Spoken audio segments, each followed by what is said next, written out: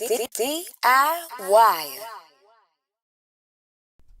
Okay, DIYers, over the last week, GQ magazine named two individuals hitmakers of the year, those individuals being Metro Boomin and Future.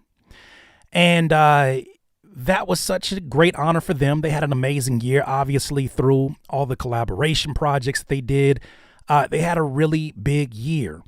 Now, obviously, they couldn't sit down with them and not discuss the details of the biggest news this year, at least in hip hop, the battle.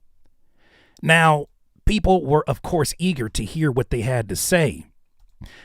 But after reading what Future and Metro Boomin had to say, a lot of folks are accusing them of backpedaling and gaslighting. Here go Future and Metro Boomin and they cowboy fits, man. Shout out to them, man. Hey. So we're going to go through this, but I want to go through this via an article that's here. Let's talk about it because there's a lot of mixed reviews based upon what both of them individually had to say.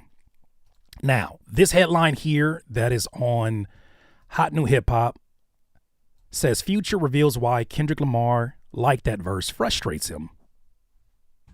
Okay. It says it here. He felt the verse was effed up.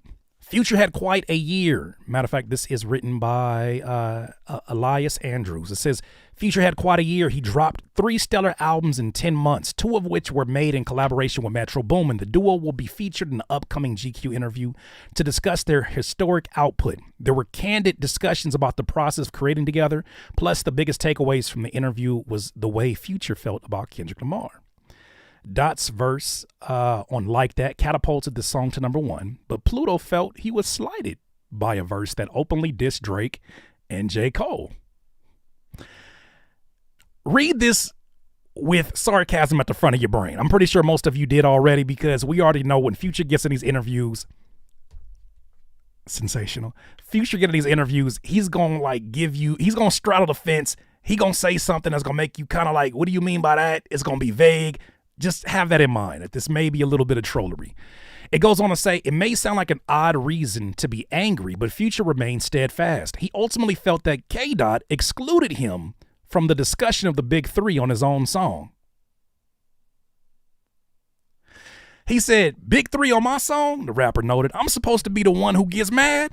I'm still confused about that. But y'all put the song out. Future was also frustrated by the fact that nobody, peers or fans, asked how he felt about being excluded from the big 3 discussion. He perceived this in some ways as being more offensive than the direct disses that Drake and Cole received. Nobody cares about what I think, Future added. That's why that was so effed up about this shit. I smell the sarcasm. Future holds Kendrick Lamar responsible for not taking him seriously on his own song. He points to the other so-called members of the big 3, however, when it came to their responses. Future believed he had far more reason to be offended by Dot's verse than Drizzy or Cole. Okay, now we just playing. We know that this is a direct response to first-person shooter and a lot of the things that were said in that song.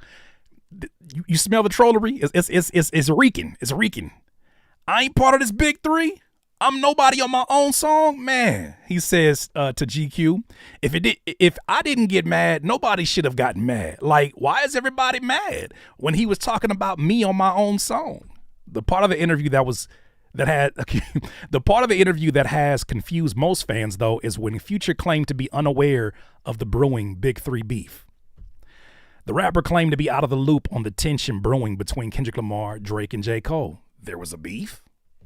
He recalled thinking.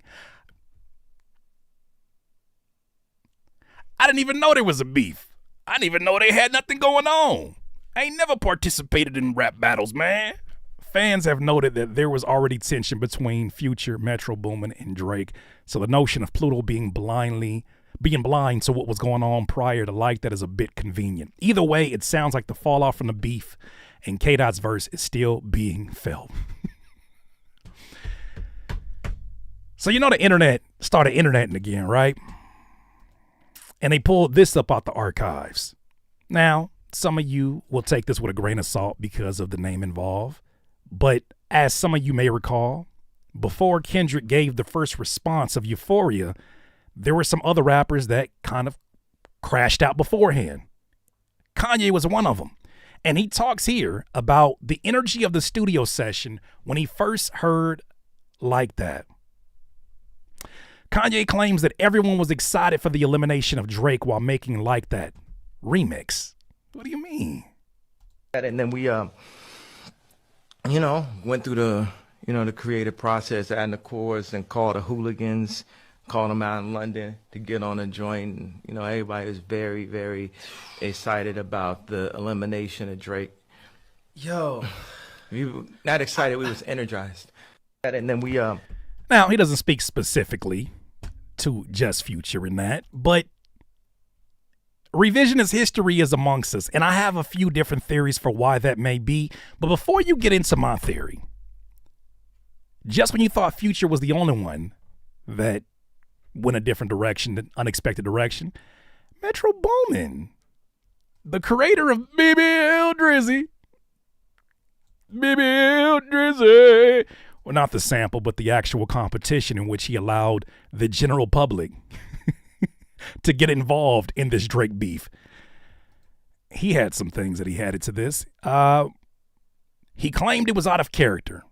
Now, this is written by Elias Andrews once again. It says Metro and Future have the honor of being GQ Men of the Year. We already covered that. Let's keep going. Here's what he said. Metro Boomin admits he was frustrated by the fact that Drake dissed him on record. Like some drums, nigga. Metro isn't a rapper, obviously, so he felt compelled to respond via social media. This was the decision he came to regret. He regrets. Oh. Somebody gonna have to tell the truth, and I'm gonna tell it. No. I remember you was conflicted. What's going on here, guys? Now he said, this was the decision he came to regret. Now, I did have my moment online, which I do regret, he explained. I should have been stronger than that. That was out of character for me. Metro Boomin backpedaled somewhat and said that he didn't have a musical voice the same way Drake did, so social media was the next best option. At least he felt it was the time. So you're going to just shit on me on all these songs, he told GQ? I'm not going to get in the booth, so I'm finna tweet at you. What's going on? What is... And I'm sure that you could imagine this came at the excitement and the glee of many OVOers who were like, see, all of you needed that Drake stimulus package. You couldn't do without it. I don't know. When I first started seeing this pop up, I wasn't surprised because I felt like a lot of other people in this battle have, chose to kind of be either neutral or at times be very pro-Drake. And they want to remind you of the contributions that he's had to their career, one of them being J. Cole. We're going to talk about him in a second. But one thing that I always have to remind myself, right, on the outside looking in, you never know who these artists ultimately have to answer to. And I'm not talking about other artists. I'm talking about the people who own the labels that they are signed to. You never know what those relationships look like. I was watching the Shine documentary. He talked about how when he was getting ready to sign his deal, how fast through the industry the news spread, and it got back to Diddy. And then obviously he ended up signing to Bad Boy because a lot of these folks have very close relationships.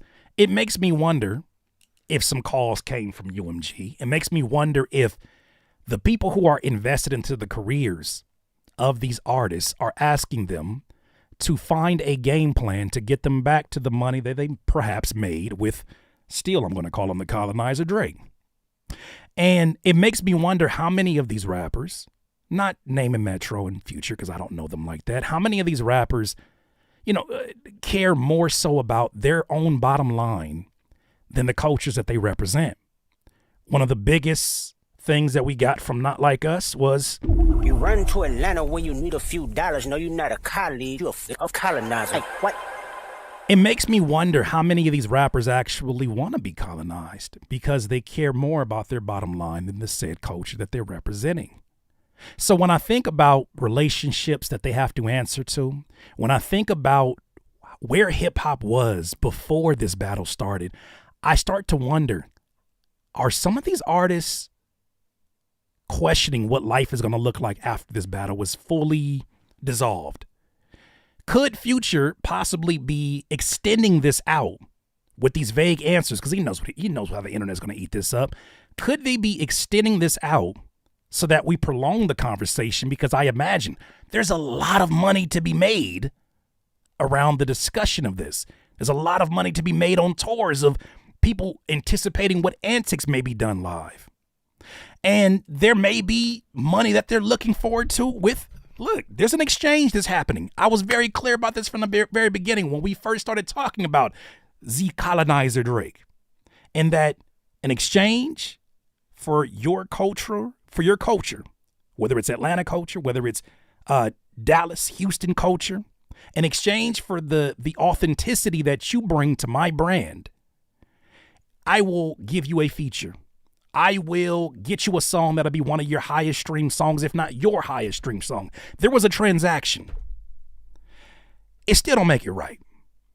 But it starts to make you wonder if folks like a Kendrick, if folks that, obviously hold the culture as the number one priority, and making sure that is held by the people who are actual residents of said culture, who are actual participants and not folks taking away from, it makes you wonder if he's going to bat harder for them than they're willing to go to bat for, especially when money is involved. So the backtracking is interesting. The backtracking is interesting because I feel like it all feels part of a bigger agenda. We'll talk about it.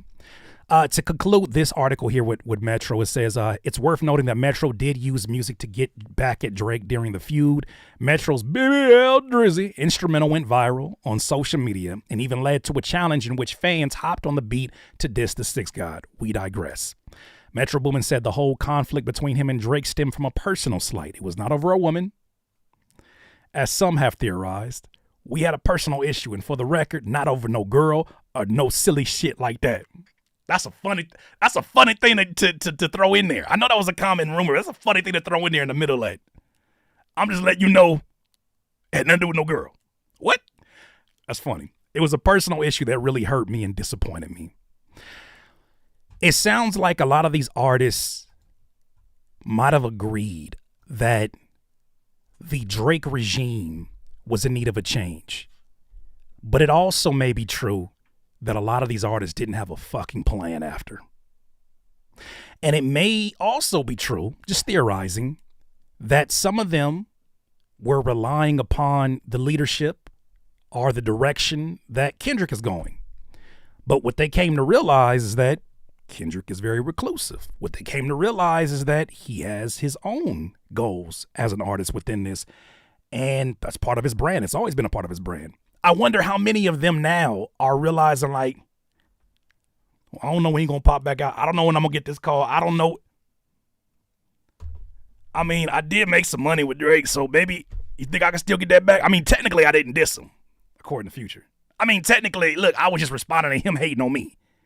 It just seems like they're extending olive branches or even just opening up the lane, because now that this has died down, I think a lot of these artists are going to be asking themselves, what is my career going to look like after or post this beef when people want to stop talking about it? Continuing on with the Drake olive branching, J. Cole reveals how listening to Drake for the first time changed his career. I'm only going to read a portion of this, but it says J. Cole and Drake have quite the complex relationship these days, but their bond and their parallel trajectories have too much history to completely vanish, all because of a massive rap beef. It says, moreover, the former recently praised the latter during the latest episode of his Inevitable audio series with his manager and Dreamville co-founder, plus filmmaker Scott Laser. It says, specifically, the North Carolina rapper compared his skill set to the Toronto's superstars and also drew connections between their styles, how Drizzy impacted what Cole wanted to release. I'm going to read the quote, but let's stop it right there. This is J. Cole, like the only one with that perspective and that sharp of a pen. And I was like, yo, that's going to be my thing. Like, that's what's going to separate me from the pack. So the second I heard that freestyle that LB is talking about, the Drake freestyle one, I was blown away because of how good it was. But two, subconsciously, I was like, there was someone else out there the whole time that was working maybe just as hard as I was working and was thinking the same things maybe, who had the same opportunities to come and occupy a certain space and lane that I never saw any competition for. And right away, I saw like, oh shit, not only is this nigga nice, but then when So Far Gone dropped, now it became because I didn't know how big Drake was. Here's a nigga that's been training up in some of the similar areas, and also he has his own unique abilities. The same way I have my own unique abilities. But I'm like, yo, not only am I the only one in this space, I'm now actually starting late. My deal with Jay ain't even done. You know what? I mean, like, I'm not even anybody yet. Basically, he goes on to say that So Far Gone was career changing. And be that as it may, it just feels, for anybody that's ever been a fan of wrestling, it feels very strategic with the timing. I know that this is in alignment with J. Cole's plans to put his mixtapes up on streaming platforms for the first time, and that is very well a part of his rollout. But a lot of this feels strategic, and a lot of this feels like it's trying its best to repair and remind people of the Drake that once was. Not a lot of accountability that people are asking for from Drake. But that doesn't stop folks like DJ Academics asking for accountability from people who have nothing to do with Kendrick Lamar. I don't know if you saw this. This was really interesting. It says, so there's a story by YouTuber Vitaly where he goes and he finds PDF files all around the world. He sets them up. They have conversations with what they think is an underage individual, and then they choose to meet them, and then they get busted on camera, right? And embarrassed, of course, on the YouTube channel. Well, there was a individual that happened to be on this, and he has been seen in pictures with Kendrick. And so now, months and months later, they're trying to find whatever they can to continue to tarnish the reputation of the guy that still ain't said shit since the battle. Made it about the battle, still ain't said shit, but there's all these think pieces. This headline goes to read from Academics' news page. It's not his direct page, but it's his news page. It says, Kendrick Lamar, 38-year-old homie.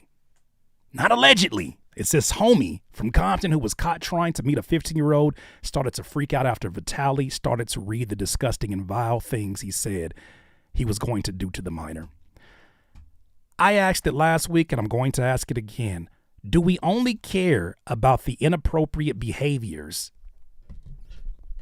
of these individuals around minors when it involves your special interests, when it involves the opposition of your favorite rapper? Because these things are not consistent with what the internet pulled up. DJ Academics' actual friend, Little Boom, who was caught multiple times touching little girls and taking pictures under their clothes, who used to walk around stores in various places searching for little girls, even one as young as 7 years old. He was found guilty and couldn't be around. So you're trying to tell me that we don't have to put any allegedlys on things like this? No. What I'm looking at, and I bring this up because I'm looking at this from a zoomed out point of view, and I'm saying, what's the actual game plan here? What's the actual game plan here? What's the goal? If it's just to help recover Drake and his image, have at it. But at the expense of trying to pull down somebody else, when, shout out to the Veal, he went, you can go watch the video. The Veal breaks down how this gentleman was, he took pictures with multiple people around, right? Especially on the West Coast. He is a Compton native. He was in a commercial with Kendrick, but that doesn't hold a Kendrick responsible for what this extra in a commercial was going to do with the rest of their lives. Because if we're going to play that game, what do we have to say about this? I don't even want to go into the details of that. But my thing is this.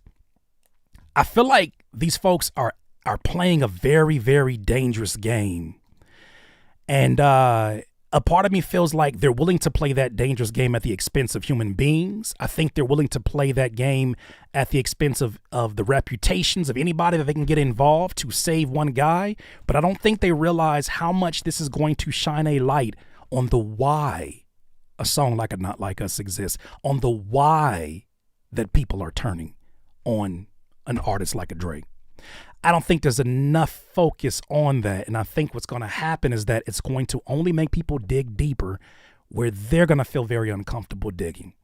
That's just a surface level. With that said, I'll conclude this here with an interview. I don't think it's come out quite yet at the recording of this. But you have the Drink Champs sitting down with Dre and Snoop. And Snoop kind of wraps this whole thing up in what feels like we're getting ready to be hit with a large amount of Drake propaganda. The man even cut his hair off. Y'all got to stop blaming me for that. All I did was one video about the barrettes. That's not my fault. All right. UMG told her to do that. UMG brought them clippers in there, not me. But with that said, there seems to be a huge effort to repair the image and even for some people to repair their relationships.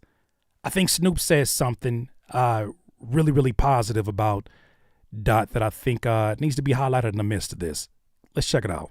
It's this big thing that's going on right now that everyone thinks that whenever the Super Bowl takes place, that artist that's there is supposed to... No, what we need to think about is that before Jay-Z got control of the Super Bowl, wasn't no performing. So let's go back to the essence of the beginning of he's creating a wave of artists to have an opportunity to perform. If you're a good artist and you're a great artist, your time will come. Like, I was never crying about it or mad about it. When Dr. Dre called me and asked me to get his back, I was there for him. But I didn't feel like I was supposed to be there. I was, in demand to be there. This is a big event. People looking at everything when they pick the person to perform. You should just be honored that, hip hop is being able to be seen on that platform for all of us and not hate on the next one. Like the way you put that. I mean, it seems like that's a tall ask for a lot of people right now, and that they don't want to see anybody succeed if their guy can't be the number one, if their guy can't be the center focus, if they're still faced with his reputation going through the reconstruction that it's going through. A lot of them have issues with trying to focus solely on that without focusing on the destruction of another. And yet and still, they'll continue to say that, this was all lies and allegations that other guy threw, and they'll ignore the lies and allegations that their guy threw. And at the same time, I look at this and I say, well, let's zoom out. Let's focus this on what's ultimately bigger than Drake versus Kendrick. And because this is one of the last videos of the year on the channel, I think this is a good way to wrap a bow around it. Obviously, at some point, we're going to cover the Super Bowl. We're going to cover the Grammys and how that plays out. But let it be known, right? As much as you could say that Kendrick really went to bat for the culture, there's a lot of folks who have represented their areas. They've represented, the nuance that cannot be explained but must be lived through. They've lived it. They've been that. But they've also been willing to sell it off to the highest bidder. Sometimes that's a major label. Sometimes that's an artist that's an outsider. So as much as I think a lot of folks have pointed the finger at Drake fairly and unfairly for the actions of his own, I think it's time to start looking at some of the artists that are playing the fence and ask yourself, does that align with where you're at with these culture conversations? Are some of these folks just prolonging this because they have questions about what this is going to look like after this whole thing settles? And I truly believe that there's a lot of artists, there's a lot of media outlets that are going at this with everything they can, finding any way they can to find a way to get this conversation going again, finds a way to go viral again. And ultimately, what it looks like afterwards, we have to come back to a discussion of. One of those things being at the beginning of this year or before this battle even started, we know the direction hip hop was going. Mainstream rap. We know how labels were deprioritizing the signing of rappers. We didn't forget. We saw how those Billboard charts were starting to dwindle in terms of the hip hop presence. We saw it. And a lot of those things have still stayed true. And the only difference is that there was a massive song in Not Like Us that found its way there. There were other artists that chose to release and had great moments. But yet and still, I can't help but feel like some of these rappers are trying to figure out a way to prolong the money in an industry that is struggling, in a genre that is struggling. I don't know, DIYers. These are some of my final thoughts this year about this damn battle that has scattered into so many different things other than a battle. What are your thoughts? What's good with you DIYers, YouTube fam, and of course, independent artists alike? I got some really exciting news that I want to share with you. As many of you know, over the last 10 months, I have been doing some deep diving into going direct to consumer as an independent artist. And after reacting to so many different stories and having my own experiences, I've learned a lot over these last 10 months, and I would love to share it with you on my new Patreon for Curtis King TV. By joining the DIY community, you'll get early access to exclusive videos from this YouTube, free downloads, live Zoom calls, and even private Discord chats with me and the DIY community. Plus, independent artists, there are resources, tutorials, and so much more to help you level up your independent music career. So whether you're here for my content, for my music, or just to level up your own music career, I assure you this Patreon is for you. Head over to patreon.com/Curtis King TV and let's continue to show them what is possible independently. DIYers, if you enjoyed this content, make sure that you hit the like button and maybe even consider subscribing. Come on, man. Stop being greedy. Peace.